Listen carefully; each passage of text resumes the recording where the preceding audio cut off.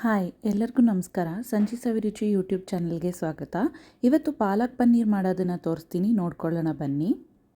ಮೊದಲಿಗೆ ಒಂದು ಪಾತ್ರೆಯಲ್ಲಿ ನೀರಿಟ್ಟು ಅದನ್ನು ಕುದಿಯಕ್ಕೆ ಬಿಡೋಣ. ಅಷ್ಟರಲ್ಲಿ ನಾವು ಒಂದು ಕಟ್ಟಷ್ಟು ಪಾಲಕ್ನ ಚೆನ್ನಾಗಿ ತೊಳೆದು ಈ ರೀತಿ ಕಟ್ ಮಾಡಿ ಇಟ್ಕೊಂಡಿದ್ದೀನಿ. ಜೊತೆಗೆ 2 ಹಸಿರು ಮೆಣಸಿನ್ಕಾಯಿ, 1 ಇಂಚು ಶುಂಠಿ, 1 ಸ್ಪೂನಷ್ಟು ಜೀರಿಗೆ ಮತ್ತು 1 ಸ್ಪೂನಷ್ಟು ಅರಿಶಿನ ಹಾಕ್ಕೊಂಡಿದ್ದೀನಿ.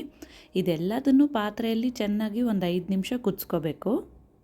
ಈ ರೀತಿ 5 ನಿಮಿಷ ಕುದ್ದಿದ ನಂತರ ಇದನ್ನು ಸಪ್ರೇಟ್ ಮಾಡಿಕೊಂಡು ನೀರನ್ನ ಒಂದು ಕಡೆ ಎತ್ತಿಟ್ಕೊಳ್ಳಿ. ಆಮೇಲೆ ಇದನ್ನು ಯೂಸ್ ಮಾಡ್ಕೋಬೋದು.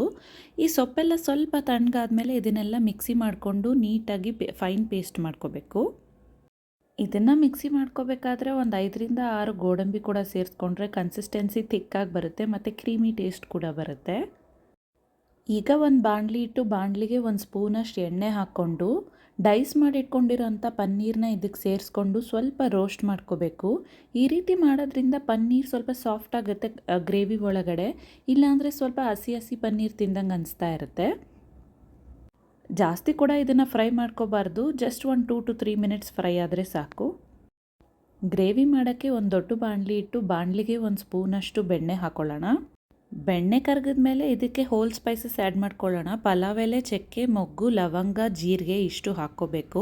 ಇದೆಲ್ಲ ಒಂದು 20 to 30 ಸೆಕೆಂಡ್ಸು ಫ್ರೈ ಆದರೆ ಸಾಕು.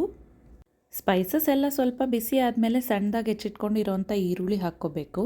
ಈರುಳ್ಳಿನ ಒಂದು 2ರಿಂದ 3 ನಿಮಿಷ ಮಗ್ಸ್ಕೋಬೇಕು. ಈ ರೀತಿ ಗೋಲ್ಡನ್ ಬ್ರೌನ್ ಬಂದಮೇಲೆ ಒಂದು ಟೊಮ್ಯಾಟೊ ಸಣ್ಣದಾಗಿ ಕಟ್ ಮಾಡಿ ಇಟ್ಕೊಂಡಿರೋದು ಕೂಡ ಸೇರಿಸ್ಕೋಬೇಕು. ಟೊಮೆಟೊ ಎಲ್ಲ ಸ್ವಲ್ಪ ಸಾಫ್ಟ್ ಆಗೋಷ್ಟು ನೀಟಾಗಿ ಫ್ರೈ ಮಾಡ್ಕೋಬೇಕು. ಟೊಮೆಟೊ ಎಲ್ಲ ಈ ರೀತಿ ಫ್ರೈ ಆದಮೇಲೆ ಇದಕ್ಕೆ ಖಾರದ ಪುಡಿ, ಧನಿಯಾ ಪುಡಿ, ಜೀರಾ ಪುಡಿ, ಸ್ವಲ್ಪ ಸಕ್ಕರೆ, ರುಚಿಗೆ ತಕ್ಕಷ್ಟು ಉಪ್ಪು ಮತ್ತು ಅರಿಶಿನ ಸೇರಿಸ್ಕೋಬೇಕು.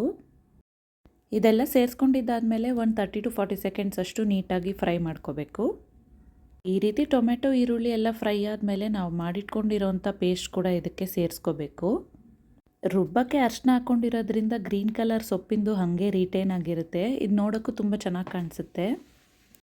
ಈ ರೀತಿ ರುಬ್ಬಿಟ್ಕೊಂಡಿರೋದು ಹಾಕ್ಕೊಂಡ್ಮೇಲೆ ಒಂದು 2ರಿಂದ 3 ನಿಮಿಷ ಹೀಗೆ ಹುರ್ಕೋಬೇಕು. ಒಂದು 5 ನಿಮಿಷ ಹುರಿದಿದ್ದಾದಮೇಲೆ ಈ ರೀತಿ ಕಲರ್ ಚೇಂಜ್ ಆಗುತ್ತೆ.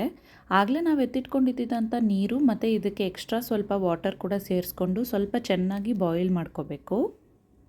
ಕನ್ಸಿಸ್ಟೆನ್ಸಿ ಒಂದು ಗ್ರೇವಿ ಲೆವೆಲಿಗೆ ಬರೋಷ್ಟು ನೀರು ಸೇರಿಸ್ಕೋಬೇಕು. ಈ ರೀತಿ ಚೆನ್ನಾಗಿ ಕುದೀತಾ ಇರಬೇಕಾದ್ರೆ ನಾವು ರೋಸ್ಟ್ ಮಾಡಿ ಇಟ್ಕೊಂಡಿರೋಂಥ ಪನ್ನೀರ್ ಕ್ಯೂಬ್ಸ್ನ ಇದಕ್ಕೆ ಸೇರಿಸ್ಕೋಬೇಕು.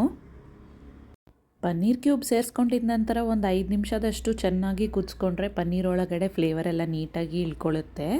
ಆನಂತರ ಗ್ರೇವಿ ಕೂಡ ರೆಡಿ ಆಗಿಬಿಡುತ್ತೆ. ಇನ್ನೇನು ಇಳಿಸೋ ಟೈಮಲ್ಲಿ ಕಸೂರಿ ಮೇಥಿ ಹಾಕ್ಕೊಂಡು ಸ್ಟವ್ ಆಫ್ ಮಾಡ್ಕೊಂಬಿಟ್ರೆ ಪಾಲಕ್ ಪನ್ನೀರ್ ರೆಡಿಯಾಗಿ ಹೋಗುತ್ತೆ. ಲಾಸ್ಟಲ್ಲಿ ಇದಕ್ಕೆ 1 ಸ್ಪೂನಷ್ಟು ಫ್ರೆಶ್ ಕ್ರೀಮ್ ಅಥವಾ ಹಾಲಿನ ಕೆನೆ ಹಾಕ್ಕೊಂಡು ಇದನ್ನು ಬಿಸಿ ಬಿಸಿ ಚಪಾತಿ ಜೊತೆ ತಿಂತಾಯಿದ್ರೆ ಇದ್ರ ಮಜಾನೇ ಬೇರೆ. ಒಮ್ಮೆ ನೀವು ಟ್ರೈ ಮಾಡಿ ಹೆಂಗೆ ಬಂತು ಅಂತ ತಿಳಿಸಿ. ರೆಸಿಪಿ ಇಷ್ಟ ಆಗಿದ್ದರೆ ಫ್ರೆಂಡ್ಸ್ ಜೊತೆ ಶೇರ್ ಮಾಡಿ. ಹಾಗೆ ಒಂದು ಲೈಕ್ ಕೊಡಿ.